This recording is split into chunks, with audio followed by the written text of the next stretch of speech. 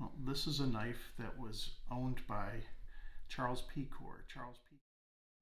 Charles Pecor was a Civil War veteran in the New York 112th Volunteer Infantry Regiment. At the Battle of Cold Harbor, he was captured by the Confederates and thought to be dead by his parents, thanks to a letter that the regimental adjutant sent home saying, Charles is dead. But Charles was not, in fact, dead, even though his family made plans to bury him. So Charles was taken to Libby Prison in Richmond and then ultimately to Andersonville Prison, where he spent 8.5 months.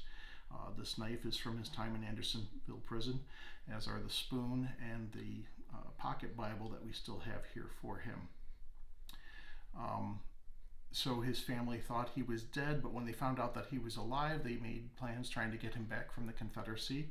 And the Confederacy was not repatriating prisoners because the North would not repatriate slaves that had been freed by the Union. So somehow the family thinks that Charles is on board a steamer called the Sultana coming up the Mississippi River. Now, the Sultana has boiler problems.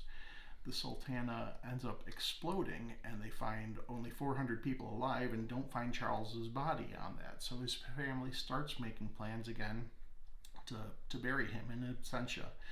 But again, Charles is not dead. He was down in Florida and took a train on up and arrived in the hills above Brockton at about 2:30 in the morning, and then he walked down to the family farm, arriving between 4:30 and 5:30 in the morning, and decided against waking everybody up and went and crawled into the family barn and slept on a funny looking box next to a funny looking stone.